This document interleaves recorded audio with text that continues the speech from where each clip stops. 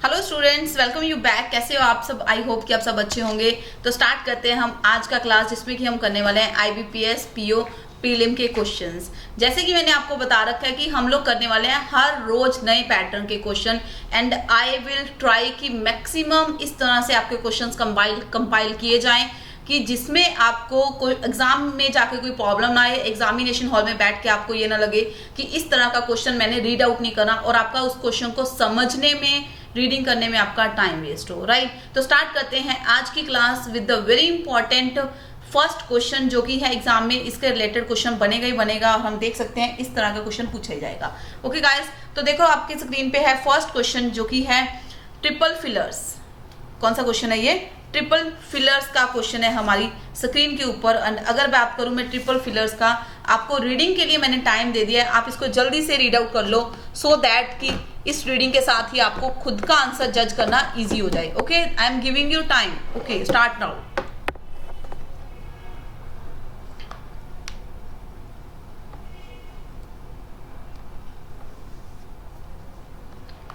I hope कि आपने question read कर लिया होगा। ओके, तो चलो, एग्जाम में भी इतना ही टाइम लेना है आपको, ये नहीं है कि एक क्वेश्चन को पढ़ने में भी आप बहुत ज्यादा टाइम वेस्ट कर दो। यहाँ पे ट्रिपल फिलर्स का क्वेश्चन है आपके पास। The foundation of the dam, जो डैम की फाउंडेशन है, कुड बी, क्या हो सकती है? The foundation of the dam could be dash if the dash pool of over 150 feet were to dash in the direction of dam that would require the structure to be repaired and reinforced. अब आपको यहाँ पे वो cap के word के meaning पता होने चाहिए। और एक बात हम देखें कि यहाँ पे ना उसके कुछ स्ट्रक्चर के रिपेयर की बात कर रहे हैं, स्ट्रक्चर की रिपेयरिंग की बात हो रही है, रेनफोर्स्ड की बात हो रही है। रेनफोर्स्ड का मतलब होता है टू सपोर्ट, स्ट्रेंथ देने की, उसको सपोर्ट देने की जरूरत है। ओके, अगर हम इस तरह से बात करें डैम की, तो आप रिकॉग्नाइज कर सकते हो कि जो फाउंडेशन है, डैम बना हुआ है, डैम, उसके बारे में बात करें। ओके, तो चलो देखते हैं हम, हमारे पास ऑप्शंस क्या है। थ्रेटन, थ्रेटन मतलब खतरे में, थ्रेटन मतलब खतरे में होना, डेंजर में, राइट, इन डेंजर भी बोल सकते हैं हम लोग। राइट, नेक्स्ट चलते हैं हम क्वेंच। क्वेंच वर्ड का मतलब होता है सेटिस्फाई। सपोज करो आपको बहुत ज़्यादा पानी का प्यास लगा है और आप कहते हो कि I just want to quench my thirst. ठीक है, पुट आउट, सेटिस्फाई करना, हमारी थर्स्ट को, हमारी प्यास को बुझाना। हमें लगता है कि मुझे भूख लगा है, ठीक है, तो उसके लिए हम क्वेंच वर्ड यूज कर देते हैं, सेटिस्फेक्शन। हाँ जी, नेक्स्ट है प्लंजिंग। प्लंजिंग का मतलब होता है फॉलिंग। प्लंजिंग मतलब फॉलिंग, फॉल होना, गिरना किसी चीज का। Clear, falling. नेक्स्ट है इनफ्लेम। इनफ्लेम का मतलब होता है भड़काना, प्रवोक करना। पहले हम वो कैप करते हैं, फिर हम देखें कौन सा आंसर आता है। आपके पास भी टाइम है, आप साथ साथ रीड करते जाओ। इरोड का मतलब क्या होता है? ग्रेजुअली डिस्ट्रॉयड, किसी चीज का डिस्ट्रॉय होना, टू बी डिस्ट्रॉय या टू डिस्ट्रॉय, कुछ भी, डिस्ट्रॉयड, राइट, गिरना किसी चीज का, है ना, ढहना किसी चीज का। ओके, नेक्स्ट है अशर। ये हमने कल की क्लास में भी करा था, अशरिंग करके वर्ड मैंने आपको कल करवाया था कि इंपॉर्टेंट क्वेश्चन फ्रेम करा था। तो अशर का मतलब क्या होता है? हेल्प करना, किसी को असिस्ट करना, हेल्प करना, एड करना। ओके, असिस्ट करना, सपोर्ट करना। तो यहाँ पे आपके सारे वर्ड्स के मीनिंग क्लियर हो चुके हैं। अब देखते हैं आंसर क्या बैठ सकते हैं। चलो, the foundation of the dam could B, passive sentence है, ऑब्वियसली यहाँ पे आपको क्या चाहिए? यहाँ पे आपको थर्ड वर्ब चाहिए, थर्ड वर्ब फिल है, इतना तो क्लियर। बी के बाद वर्ब थर्ड देना है आपको, पैसिव सेंटेंस की tone. Threaten, quench, plunging, inflame, erode, usher. तो डेफिनेटली हमारा फर्स्ट क्या हो सकता है? ए आएगा, दैट इज थ्रेटन मतलब खतरे में है foundation. If the dash pool of over 150 feet, 150 feet height उसका बता रखा है अगर इसका पूल। तो अगर बात करें नेक्स्ट, सेटिस्फाई, पूल सेटिस्फाई करता है? नो। प्लंजिंग, फॉल करता है। अगर वो जो पूल है इसके ऊपर बना है, 150 फीट है जिसका हाइट, तो प्लंजिंग मतलब फॉलिंग। ओके, अब हमें आगे ज्यादा मुझे लगता नहीं देखने की जरूरत है, यहीं से हम देखते हैं कि हमारा आंसर हमें मिल रहा है कि नहीं मिल रहा। चलो, आपकी ए ऑप्शन, कौन कौन सी ऑप्शन कट रही है? ये ऑप्शन कटेगी, ये ऑप्शन कटेगी, क्योंकि फर्स्ट फिलर में सिर्फ थ्रेटन आ सकता है और कुछ आएगा ही नहीं। और यहाँ पे अगर मैं बात करूँ, नेक्स्ट ऑप्शन हमने देखा है प्लंजिंग पॉसिबल है, तो दैट मीन ए या सी में से आपकी कोई ऑप्शन हो सकती है, राइट। तो अगर मैं बात करूं नेक्स्ट थर्ड की, feet were to dash in the direction of the dam, क्या उसकी डायरेक्शन में, उसकी डायरेक्शन में, तो हमारा थर्ड वर्ड क्या फिल होने वाला है यहाँ पे? इनफ्लेम, प्रवोक, डैम को प्रवोक करने की कुछ बात हो रही है? नहीं। इरोड, इरोड का मतलब क्या होता है, दैट इज डेस्ट्रॉय। डेस्ट्रॉय यहाँ पे बात हो रही है डैम क्या हो सकता है, तो खतरे में है क्योंकि ये फॉल हो रहा है। इफ द फॉलिंग, अगर ये गिरता है तो इसके लिए क्या है, ये डिस्ट्रॉय, डिस्ट्रक्शन की बात हो रही है। तो डेफिनेटली हमारा आंसर क्या आने वाला है, ए हमारा आंसर आने वाला है। एग्जाम में ऐसे क्वेश्चंस डेफिनेटली आपको पूछे जाएंगे। सो इसका आंसर क्या बन गया, ए आंसर बन गया। आई होप कि आपको समझ में आ गएगा। वोकैबुलरी के वर्ड्स आपके लिए बहुत ज़्यादा इंपॉर्टेंट है ये सारे के सारे। अब आप वर्ड्स को नोट करते जाओ, नोटबुक लगाओ, और जितनी वोकैब आप मैक्सिमम लर्न कर सकते हो, रिवाइज कर सकते हो इन दीज डेज, जितने दिन आपके पास बचे हैं, तो वो आपके लिए बहुत ज़्यादा बेनिफिशियल होगा। ओके गाइज, तो चलते हैं हमारे नेक्स्ट क्वेश्चन की ओर, that is question number 2। Same इसी तरह का वोकैबुलरी बेस्ड क्वेश्चन है। तो चलो क्वेश्चन नंबर 2। अब आपको सेम वोकैब वर्ड करते हैं, पहले आप रीड आउट कर लो और जल्दी से आप बता सकते हो आप अपना आंसर भी कि आपका आंसर क्या है। The note received by the ministry late July, ministry के द्वारा एक लेट जुलाई को क्या मिला, नोट मिला। स्टेट्स बताता है that the Chinese government has built an, Chinese government ने बिल्ड कर दिया है। हम पहले वर्ड कर लें कुछ को। यहाँ पे आउटरीच का मतलब क्या होता है, what is the meaning of outreach. Outreach मतलब किसी चीज को ओवर एक्सटेंड करना, ओवर एक्सटेंड करना, क्लियर, ओवर एक्सटेंड कर देना, ब्रॉडकास्ट कर देना किसी को। एरोगेंट मतलब क्या होता है, प्राउडी, हॉटी, सुपरसिलियस, प्राउडी नहीं आ सकता। चलो प्राउडी तो क्या ही होएगा, ठीक है। Built and प्राउडी system, प्राउडी system. चलो आगे, मीक का मतलब क्या होता है, meek, meek point, meek point की अगर बात करेंगे। चलो देखते हैं। पहले आप मैं एक चीज, एक इंपॉर्टेंट रूल आपको यहाँ पे बता दूंगा इस कि यहाँ पे आप देखो फिलर में क्या फिल करना है, हमें कौन सा पार्ट ऑफ स्पीच करना है। यहाँ पे बात हुई आर्टिकल की, और ये आपका बन गया नाउन। और आपको ये स्ट्रक्चर पता है कि अगर मैं बात करूं आर्टिकल और नाउन के बीच में, आर्टिकल और नाउन के बीच में अगर कोई एक वर्ड आप फिट करोगे, वो सिर्फ और सिर्फ क्या हो सकता है, वो सिर्फ और सिर्फ क्या हो सकता है, एडजेक्टिव हो सकता है। ओके, आपको यहाँ पे इतना पता है कि आपको क्या करना है, यहाँ पे एक एडजेक्टिव वर्ड फिल करना है, राइट। चलो नेक्स्ट चलते हैं, हम देखते हैं यहाँ पे एडजेक्टिव वर्ड कौन कौन से हैं, चेक कर लेंगे हम अभी के अभी। अगर मैं मूड की, मीक की बात करूं, मीक का मतलब क्या होता है, पेशेंट, क्वाइट, जेंटल। मीक का मतलब जेंटल लिख लो, काइंड लिख लो, ठीक है, जेंटल। कंप्राइजिंग मतलब कंसिस्टिंग, हैविंग, कुछ होना, कंप्राइज करना। नेक्स्ट लैम्बस्ट, अगर आपको लैम्बस्ट का मीनिंग नहीं पता तो भी दिक्कत है। इन्फ्लुएंस का मतलब भी आपको पता है। जो डिफिकल्ट वर्ड है पहले हम उनका मीनिंग देखते हैं, जो डिफिकल्ट वर्ड है उनके आप मीनिंग देख लिया करो। अगर आपको ये वर्ड का मीनिंग पता है तो आप मुझे जल्दी से बता सकते हो कि लैम्बस्ट का मतलब क्या होता है। लैम्बस्ट, लैम्बस्ट, लैम्बस्ट।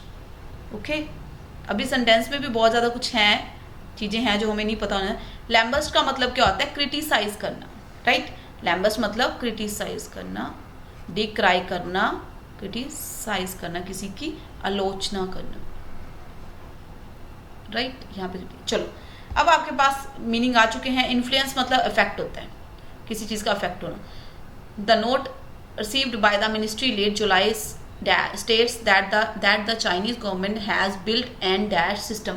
कैसा सिस्टम बिल्ड कर दिया उन्होंने भाई, कैसा सिस्टम बिल्ड कर दिया बताओ मुझे। आउटरीच, एरोगेंट तो नहीं आ सकता। Proudly system, no. Meek, gentle system, no.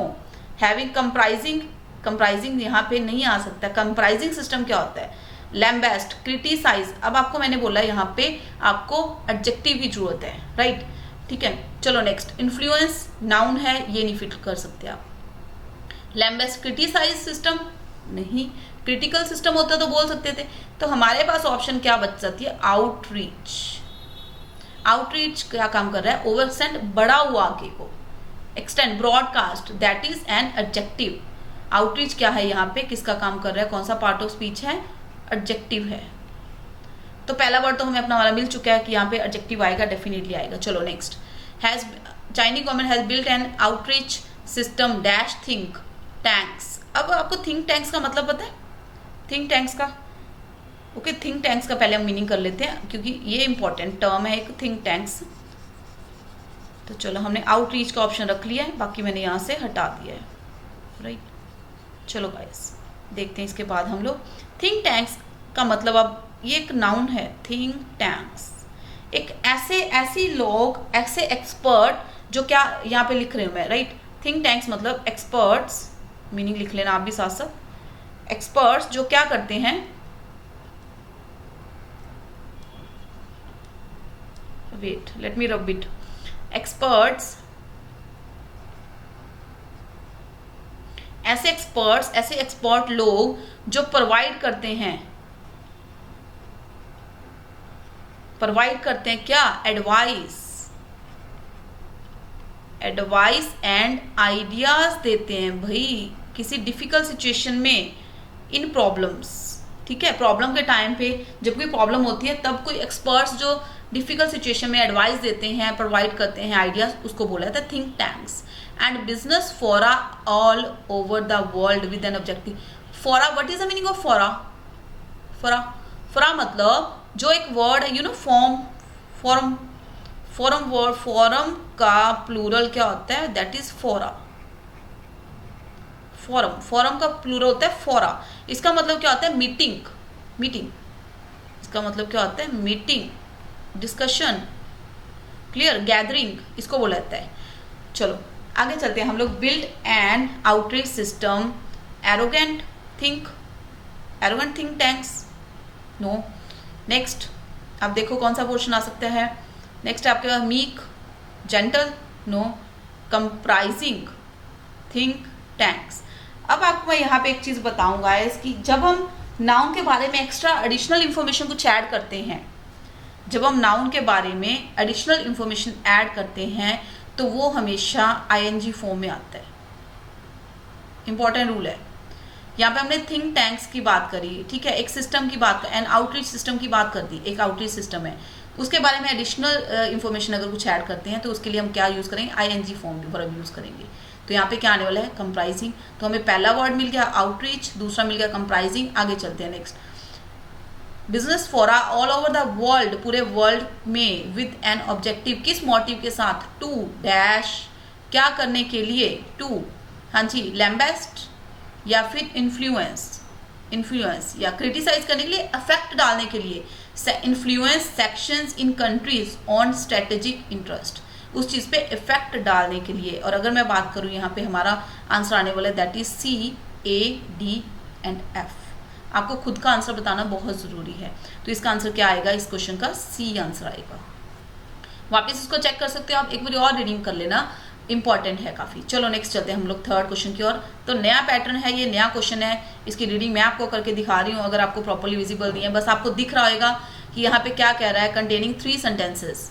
यहाँ पे 3 सेंटेंसेस कंटेन है, फ्रेजेस हैं, ठीक है। In the first column sentence phrases A, R, B, C are in second column sentences. आपको क्या करना है, यहाँ पे फर्स्ट कॉलम को कनेक्ट करना है दूसरे अनदर सेंटेंस के साथ, दूसरे सेंटेंस या फ्रेज के साथ, क्लियर, ताकि सेकंड सेंटेंस का एक ग्रामेटिकली मीनिंगफुल सेंटेंस बन जाए। तो यहाँ पे फर्स्ट बात करिए उसने ईरान की। आप देख सकते हो यहाँ पे 3 पोर्शन हैं, यहाँ पे भी 3। आपको ग्रामेटिकली करेक्शन करके एक मीनिंगफुल सेंटेंसेस क्रिएट करने हैं और फिर आपको यहाँ पे आंसर देने हैं, पेयर उठाने हैं कि कौन सा आंसर सही हो सकता है। तो चलो देखते हैं number 1। Iran is reported to have paid bounties to a Taliban. Bounties मतलब गिफ्ट्स, बहुत सारा पैसा, धन, कुछ भी देना, बाउंटीज गिफ्ट्स को बोला जाता है, clear. To a Taliban faction for killing US and coalition troops in Afghanistan. Coalition का मतलब क्या होता है, यूनाइट, इकट्ठा, पार्टनरशिप, क्या बोलते हैं इसको, पार्टनरशिप, कोलिशन, कोलाइड हो ना, इकट्ठा हो जाना उन्होंने, ठीक है, यूनाइट, इकट्ठा, यूनियन बना लेना। ट्रूप्स इन अफगानिस्तान के लिए और US के लिए, ठीक है। ईरान इज रिपोर्टेड, ये पाया गया कि इन्होंने क्या करा है, पेड करा है बहुत सारे गिफ्ट्स, बाउंटीज, पैसा टू अ तालिबियन फैक्शन को, फॉर किलिंग करने के लिए, किसको, US को, and coalition troops in Afghanistan, ठीक है, उनके साथ ट्रूप को पार्टनरशिप करने के लिए बहुत सारा पैसा दिया। चलो हम आगे देखते हैं किसके साथ मैचिंग होता है। Which killed 2 civilians and injured more than 70 others including 2 Americans. देख सकते हैं हम लोग मैचिंग हो रहा है यहाँ पे, नहीं, आगे एक और चलते हैं। टू टेक, हाँ जी, retaliatory action in the hope of preserving a peace deal, the Trump administration agreed with the Taliban in February, the CN report says. आगे देखते हैं हम लोग किसका, इसका A का किसी के साथ कॉम्बिनेशन बन रहा है, चेक कर लेते हैं। नेक्स्ट चलते हैं हम लोग। That Iran sees its scouts of malign and disabling behavior throughout the middle east। यहाँ पे कुछ सेंस बन नहीं रहा, तो चलो हम देखते हैं हमारा B number sentence. According to CNN US intelligence assessed that, उन्होंने पता करा ये चीज, that Iran paid bounties to Haqqani network for the background attack on 11 दिसंबर के अटैक के लिए उन्होंने क्या, उनको भी सेम वही बाउंटीज दिया। अब इसका कनेक्शन करके देख लेते हैं। विच किल्ड टू, अब according to CNN US intelligence से असेस दैट, उन्होंने पता लगाया कि ईरान ने पे किया बाउंटीज किसको, हक्कानी नेटवर्क को, क्यों, फॉर द बैकग्राउंड अटैक का, जब जो 11 दिसंबर को हुआ। विच किल्ड, अब अटैक वो हो गया और उसमें मारा गया, किसको मारा गया। यहाँ पे देखो December two take retaliatory action, ये तो जुड़ नहीं रहा, हम कह रहे हैं बी का कनेक्शन डी के साथ नहीं हो रहा, बी का कनेक्शन डी के साथ चेक करते हैं हो रहा है, बी का कनेक्शन डी के साथ बन रहा है, क्योंकि वो एक उन्होंने सिचुएशन बता दी जिसमें मारे गए। तो चलो नेक्स्ट चलते हैं हम लोग ई में। To take retaliatory action in the hope of, वो तो हो गया ना, जो काम हो चुका है उसका कनेक्शन ने बी के साथ डी का कर दिया, बी के साथ डी का कनेक्शन बन रहा है, चेक करते हैं नेक्स्ट। हाँ जी, नेक्स्ट आ गया हमारा with the being said the department has repeatedly both publicly and privately। अब यहाँ पे लाइन अभी खत्म नहीं हुआ है, both publicly and privately, आगे सेंटेंस कनेक्ट होना है, यहाँ पे कनेक्टर चाहिए कोई हमें, कनेक्टर या तो विच आ सकता है, विच किल्ड, यहाँ पे किलिंग की कोई बात नहीं हुई है, या फिर to take privately, both publicly and privately to take retaliatory action. Retaliatory का मतलब क्या होता है, रिवेंजफुल, बदला लेने वाली भावना, action in the hope of, या फिर दैट ईरान सीज मतलब रोकना, its scouts of malign and describing with the being said the department has repeatedly. तो यहाँ पे भाई आप देख लो बात किसकी कर रहा है, ये यहाँ पे हैज दिया हुआ है, प्रेजेंट चल रहा है, तो यहाँ पे प्रेजेंट चल रहा है, तो दैट मीन ये तो नहीं हम कनेक्ट कर सकते किल्ड वाला, तो इसका मतलब किसका कॉम्बिनेशन करेंगे हम, सी का कॉम्बिनेशन एफ के साथ करेंगे, क्योंकि यहाँ पे प्रेजेंट दिया हुआ है, प्रेजेंट वर्ब लगा रखे हैं, राइट। तो आंसर क्या आ गया हमारा सी। थोड़ा ध्यान से इसको सॉल्व करोगे तो डेफिनेटली ये सॉल्व हो जाएगा। ओके गाइस, ठीक है, चलते हैं हमारे नेक्स्ट क्वेश्चन की और that is question number 4। Question number 4 same वही, आपको सेम वही करना है, कंबाइन करना है सेंटेंस को, आप रीड आउट कर सकते हो, आपके पास टाइम है रीड आउट करने को।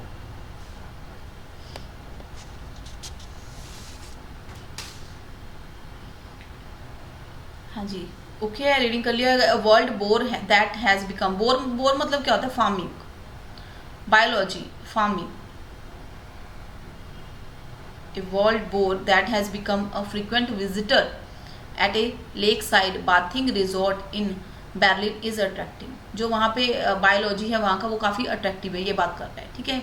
ओके चलो, it's piglets stealing a nude bather's laptop at, हाँ जी, यहाँ पे लग रहा है कि कुछ कॉम्बिनेशन बन रहा है। पिगलेट्स मतलब a young pig, a young pig, clear. चलो नेक्स्ट देखते हैं। Withdrawn as a matter of priority a bureaucratic euphemism for killing them.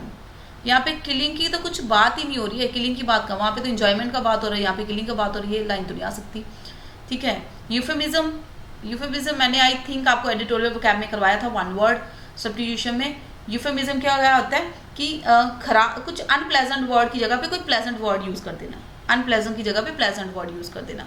अगर मैं बोलूँ डाई का मतलब डेथ की जगह पे अगर मैं पास अवे बोलूँ तो वो ज़्यादा, उसको यूफेमिज्म बोला है तो वो ज़्यादा इफेक्टिव है। हाँ जी, next, a growing band of supporters following authorities suggestion that it could have to be killed. यहाँ पे किलिंग की बात करी जा रही है, तो हम देख सकते हैं किसके साथ कॉम्बिनेशन हो रहा है। A world bore that has become a frequent visitor at a lake side bathing resort in Berlin is attracting, काफ़ी अट्रैक्टिंग है। A growing band of supporters following authorities suggestion that it could have to be killed. Okay, लगता है इसको ख़त्म किया जा सकता है। ओके चलो, the animal nicknamed Elsa has earned something akin to का मतलब क्या होता है, एकिन टू का मतलब क्या होता है, रिलेटेड, लाइक, यहाँ पे मीनिंग लिख लो, रिलेटेड। थोड़े आपको कंफ्यूजिंग क्वेश्चन लग सकते हैं, थोड़े आपको परेशान कर सकते हैं ये क्वेश्चंस, आई नो कि बिट होते हैं, परप्लेक्सिंग होते हैं, बट हमें सीखना है तो इसी तरीके से हम इनको सीख सकते हैं। I am trying to rub it but I am not able to rub it. Wait, चलो, एकिन टू का मतलब होता है रिलेटेड, ठीक है। चलो चलते हैं नेक्स्ट हमारा लाइक भी बोल सकते हैं उसके जैसा, हम रीडिंग करते हैं इसको। The animal nicknamed Elsa has earned something akin to celebrity status after a serious photos of it and, आगे सेंटेंस कंटिन्यू होगा, बी पार्ट में सेंटेंस इसका कंटिन्यू होगा। बी का हम कॉम्बिनेशन देख लेते हैं। ऑफ इट, यहाँ पे आप देख सकते हो कि इसने इट यूज करा हुआ है, इतना क्लियर है। यहाँ पे इसने इट यूज करा हुआ है, अगर यहाँ पे इट है तो यहाँ पे ये हो सकता है इट्स पिगलेट्स स्टीलिंग। एनिमल का नाम करा गया है निकनेम्ड एल्सा, तो उसके यंग वंस को क्या बोलते हैं, पिगलेट्स बोलते हैं। दैट मीन यहाँ पे इट का, तो इट्स से स्टार्ट एंड इट्स पिगलेट्स, जो इसके पिगलेट्स हैं, यंग पिग्स हैं। ओके, दैट मीन हमारा बी का कॉम्बिनेशन डी के साथ हम कर सकते हैं। ये वाला ऑप्शन हमें सही बैठ रहा है। अब देखते हैं ए का ऑप्शन एफ के साथ बैठता है कि नहीं बैठता है, या फिर कोई और ऑप्शन कॉम्बिनेशन यहाँ पे बैठने वाला है। तो हाँ जी, नेक्स्ट चलते हैं हम लोग। नेक्स्ट हमारे पास है question number, that is C, part number C. The owner of the laptop was captured in bare bottom pursuit of bore which later abandoned its body, जिसने अपना अबंडन, तो ऑनर की बात हुई है लैपटॉप की, तो इसका क्वेश्चन का कॉम्बिनेशन करके देखते हैं हम लोग। सी का कहाँ combination, withdrawn as a matter of priority, bureaucratic euphemism for killing them, यहाँ पे दैम की बात हो रही है, तो यहाँ पे कुछ ज्यादा लोगों की बात हो रही है, कुछ समझ में नहीं आ रहा। दैट मीन ई का कॉम्बिनेशन नहीं हो रहा। अब वापस चलते हैं हम लोग ए सेंटेंस की ओर। ए सेंटेंस को देखते हैं, हमारा ए सेंटेंस सही बैठ रहा है कि नहीं बैठ रहा है। ओके, ए सेंटेंस की बात हम करने वाले हैं यहाँ पे। हाँ जी, ए में आया है, क्या आंसर है हमारे पास यहाँ पे, डेफिनेटली ए का वर्ल्ड वॉर की बात करी गई है, तो जिसको हम कनेक्ट कर सकते हैं हम लोग यहाँ पे, a growing band of supporters following authority suggestion that it could have to be killed. ये जो फार्मिंग की बात करी गई है, लेक साइड पे बाथिंग रिजॉर्ट है in Barling, is attractive, but attractive है। देख सकते हैं कि हम इसका आंसर बैठ सकते हैं हमारी साथ, सही बैठता है या नहीं बैठता है, लेट मी चेक। तो चलो, इसका आंसर हमारे पास डी हो सकता है, क्योंकि बी और डी का कॉम्बिनेशन हमारे पास बन रहा है और कोई और कॉम्बिनेशन पॉसिबल भी नहीं है।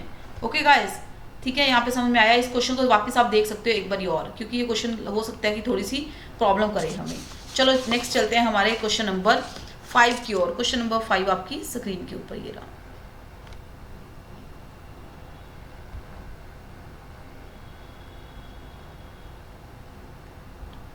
हाँ जी, question 5, find which of the following statement या फिर statements grammatically wrong. Grammar error find out करना है।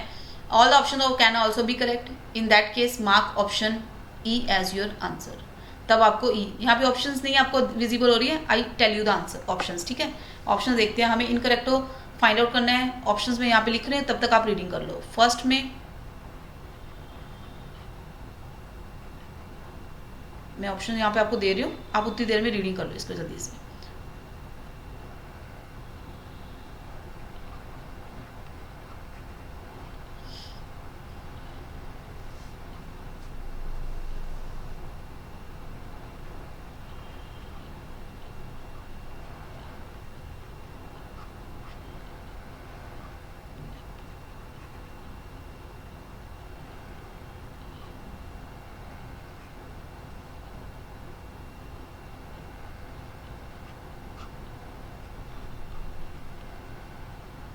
हाँ जी,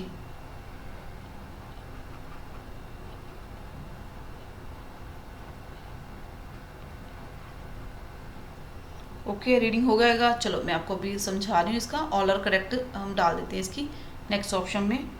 वेट, 4 नंबर में, हाँ जी, क्या कह रहा है जी, यहाँ पे हम देखते हैं।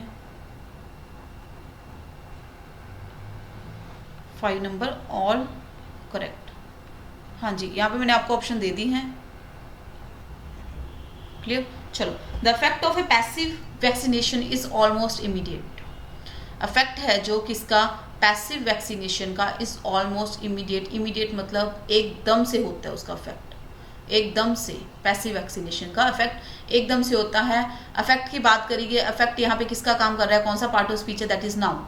नाउन किसको असाइन करते हैं हमेशा, आर्टिकल।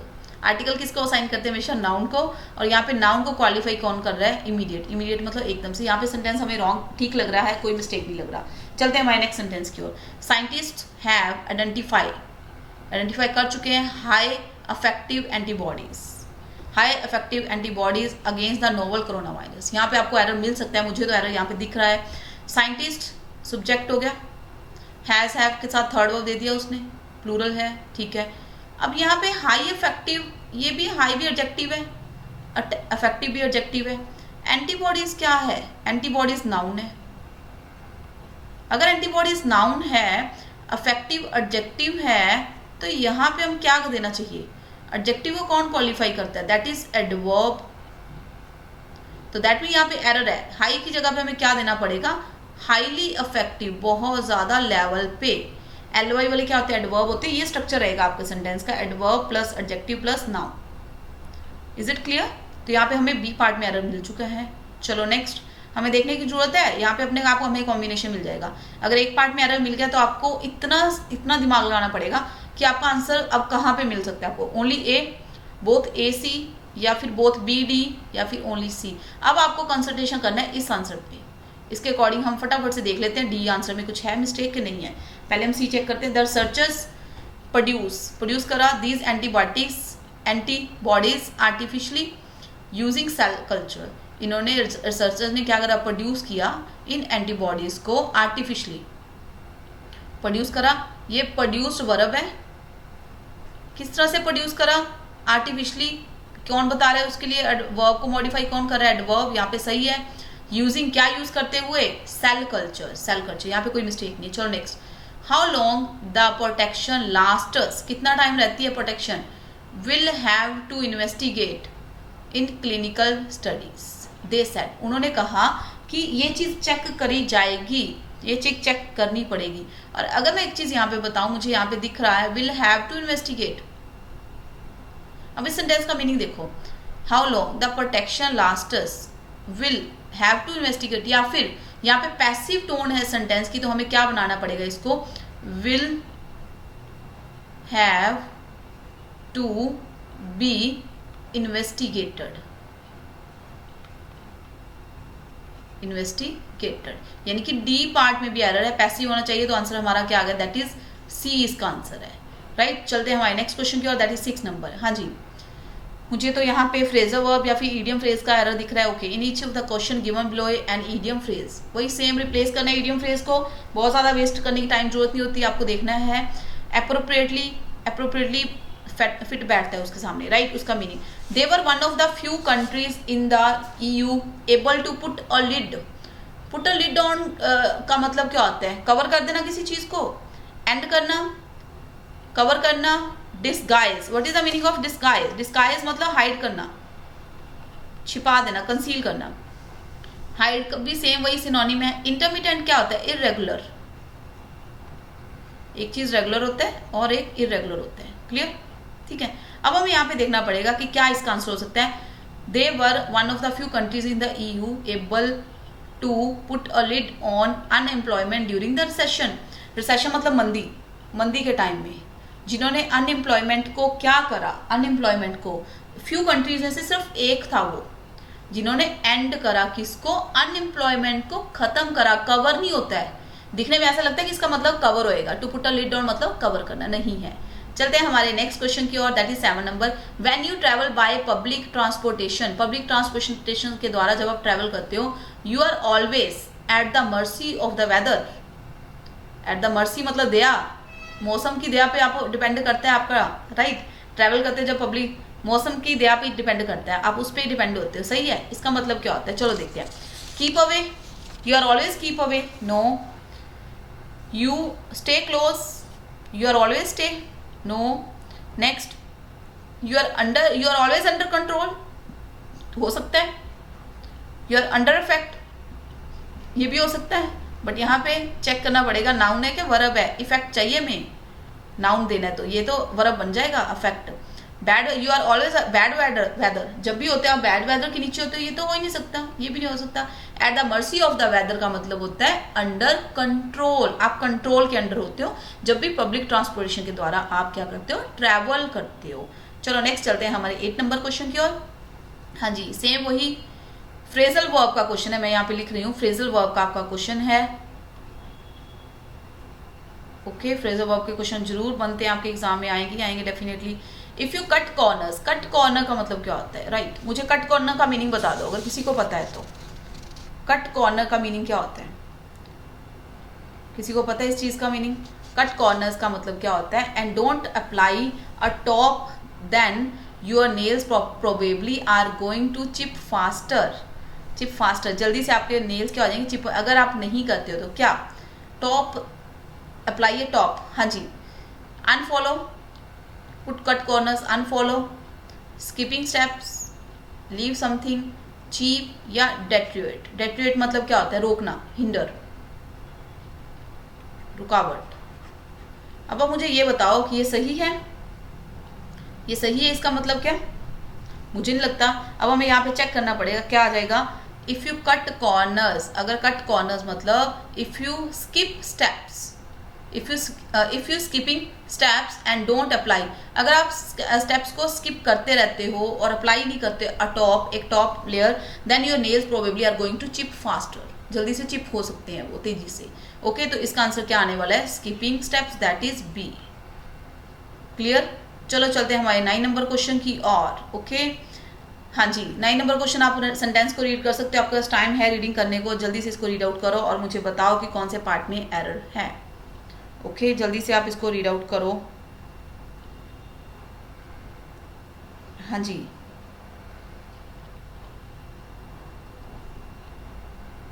ओके,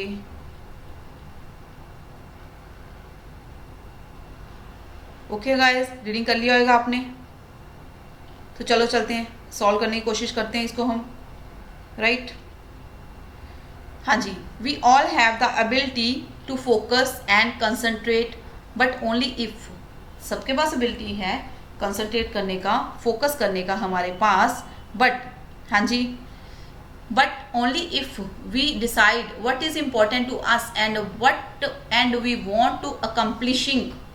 अकम्प्लिशिंग यहाँ पे मुझे सही नहीं लग रहा, ठीक है? आपने भी अपना आंसर देख लिया होगा। मुझे यहाँ पे अकम्प्लिशिंग सही नहीं लग रहा, बिकॉज यहाँ पे हमें वी वांट टू, क्या आ जाएगा यहाँ पे? टू के बाद आपको क्या देना है? हाँ जी, फर्स्ट वर्ब देना है, इन्फिनिटिव। क्या आएगा यहाँ पे? डी पार्ट में आएगा, यानी कि टू अकम्प्लिश, क्या आ जाएगा? If we want to accomplish, ठीक है? ओके, चलो चलते हैं नेक्स्ट हमारा 10 नंबर क्वेश्चन की ओर। That is just around 2 decades ago, 2 decades पहले, just around 2 decades ago, few imagine that the robust data, messaging, voice and video connections. Okay, चलो जल्दी से यहाँ पे आप रीड कर सकते हो क्वेश्चन को, तो आई होप कि आपको यहाँ पे मिल जाएगा। ओके, डेफिनेटली एरर तो पता है यहाँ पे मिल चुका है, क्योंकि एगो की बात करेगी गाइस। एगो की अगर बात करेंगे तो आपको क्या चाहिए यहाँ पे? पास्ट की बात होगी। ओके, किसकी बात होने वाली है? पास्ट की बात होनी है। और अगर हम कहते हैं कि पास्ट की बात हो रही है यहाँ पे, तो डेफिनेटली यहाँ पे इतना तो पता है, यहाँ पे इमेजिन नहीं आने वाला, फर्स्ट वर्ब तो नहीं आएगी। ओके, ठीक है? जस्ट अराउंड 2 decades ago, 2 दशक पहले, 2 decades ago, few imagine, कुछ लोग इमेजिन करते हैं that the robust data, no, यहाँ पे कुछ गड़बड़ है, तो इसके लिए हमें देखना पड़ेगा कि क्या आ सकता है यहाँ पे इसका मतलब। हाँ जी, ओके, चेक करो यहाँ पे।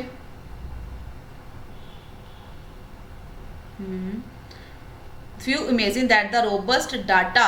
अब आप मैं अगर बोलूँ यहाँ पे आपका कौन से पार्ट में एरर आ सकता है? यहाँ पे बी पार्ट में एरर आएगा, सेकंड में आएगा, वर्ब का मिस्टेक है। तो चलते हैं हम नेक्स्ट इसको डिस्कस करते हैं। फ्यू, कुछ लोग इमेजिन कर सकते थे। अगर मैं बोलूँ आज से 10 साल पहले कुछ लोग इमेजिन कर सकते थे ये चीज कैसे होने वाला है, तो क्या आएगा? कुड इमेजिन, इमेजिन कर सकते थे किस चीज के बारे में? ये रोबस्ट डाटा जो आज यूज कर रहे हैं हम लोग, messaging, voice and video connections, कुछ लोग इस चीज को इमेजिन कर सकते थे जो आज हो रही है, राइट गाइस? तो ये थे हमारे आज की क्लास के हमारे 10 क्वेश्चंस मोस्ट इम्पॉर्टेंट, और एंड आई विल ट्राई कि रोज आपके लिए कुछ इंटरेस्टिंग इंपॉर्टेंट क्वेश्चंस लेके आऊँ, जिसकी हेल्प से आपको एग्जाम में बिल्कुल भी फंबल ना हो, आप बिल्कुल कंफ्यूज ना हो। क्वेश्चन रीड करने में आप टाइम वेस्ट नहीं कर रहे हो। मैंने आपको स्ट्रेटजी भी एक समझाया था कि आपको किस तरह से एक स्ट्रेटजी अप्लाई करनी है, किस स्ट्रेटजी के अकॉर्डिंग आपको काम करना है वहां पे। तो चलो मैं यहाँ पे वापस आपको फिर बता रही हूँ। उसके लिए आप कभी भी आरसी को पहले नहीं करोगे, इतना समझ लो। यहाँ पे रीडिंग कॉम्प्रिहेंशन नो, एंड पे, बिल्कुल एंड पे, राइट। सबसे पहला काम आपको क्या करना है, आपको काम करना है ग्रामर के क्वेश्चंस पे। ग्रामर में आपको एरर मिल जाए, ग्रामर में आपको कुछ भी मिल जाए, ग्रामर में जैसे भी क्वेश्चन आपसे पूछे जाएंगे तो आपका काम क्या है, आपको पहले उस पर फोकस करना है, ग्रामर पे, राइट। सबसे पहले हमें किस पे काम करना है, ग्रामर पे। दूसरा, उसके बाद अगर मैं बात करूं, आप रीअरेंजमेंट पे काम कर सकते हो, रीअरेंजमेंट पे फोकस कर सकते हो। आप स्ट्रेटजी अगर ये लेके चलते हो तो डेफिनेटली आप स्कोर कर सकते हो। थर्ड नंबर, अगर मैं बात करूं कि थर्ड नंबर पे न्यू पैटर्न के अगर आपसे क्वेश्चन है वहां पे उनको सॉल्व करो थर्ड नंबर पे। वो वोकैब बेस्ड भी हो सकते हैं, रूल्स बेस्ड भी हो सकते हैं, क्लियर, ऐसे। और अगर मैं बात करूं नेक्स्ट, आप क्लोज टेस्ट या कुछ भी वोकैब बेस्ड कोई भी उसके बात करो, सबसे पहले आपको ग्रामर सेक्शन पे होल्ड करना है, सॉल्व करना है जो भी आपको ग्रामर के क्वेश्चन मिलते हैं। उसके बाद रीअरेंजमेंट सॉल्व कर सकते हो आप, उसके बाद न्यू पैटर्न के क्वेश्चन कर सकते हो, क्लोज टेस्ट करो, एंड पे आप आरसी को रीडिंग करो। एंड पे अगर जाते आप आरसी पे, अगर बहुत कम स्टूडेंट्स होते हैं जिनका आरसी पे होल्ड होता है, और अगर जाते आप आरसी पे होल्ड करते हो, बनाते हो, तो आपका ये वाला सेक्शन रह सकता है। Then I will tell you, रोज मैं आपको गाइड करते हूँ कि कितना टाइम किस सेक्शन को देना है। आज की वीडियो में इतना ही, मिलते हैं हम नेक्स्ट वीडियो में। तब तक क्या है, आप इन क्वेश्चंस को एक बार और रीड आउट करो और अपने मार्क्स नोट डाउन करा करो कि आपको 10 में से कितने मार्क्स मिले हैं, आज आपका परफॉर्मेंस कैसा है। And most important, editorial vocab आपको रोज प्रोवाइड करवाई जा रही है। सारी एडिटोरियल वोकैब दोनों आर्टिकल्स में से उठा के मैं आपके लिए लेके आती हूँ, सो दैट कि आपको इस वोकैबुलरी में प्रॉब्लम ना आए, क्योंकि वोकैब बेस्ड ही आपका एग्जाम ज्यादा आने वाला है। You know this thing very well. So रोज का आपको एडिटोरियल वोकैब मिलता है, 10-15 मिनट का होता है, उसको सुनो, उसके साथ बहुत सारे आपके पास नए वर्ड्स आ जाते हैं। आज के क्वेश्चंस में कितने वर्ड थे एडिटोरियल वोकैब में से, ठीक है। तो रोज जो मैं एडिटोरियल वोकैब आपको मॉर्निंग 10:30 मिलता है, उसको जरूर अटेंड करो। उसके साथ ही आपका रिवीजन हो जाएगा सारे के सारे वोकैब के वर्ड्स का, जितने दिन भी पेंडिंग है आपके। एंड डोंट बी पैनिक नहीं होना आपको, नर्वस नहीं होना। ओके गाइज, तो मिलते हैं हमारे नेक्स्ट सेशन में, नेक्स्ट क्लास में बहुत जल्दी। Thank you so much.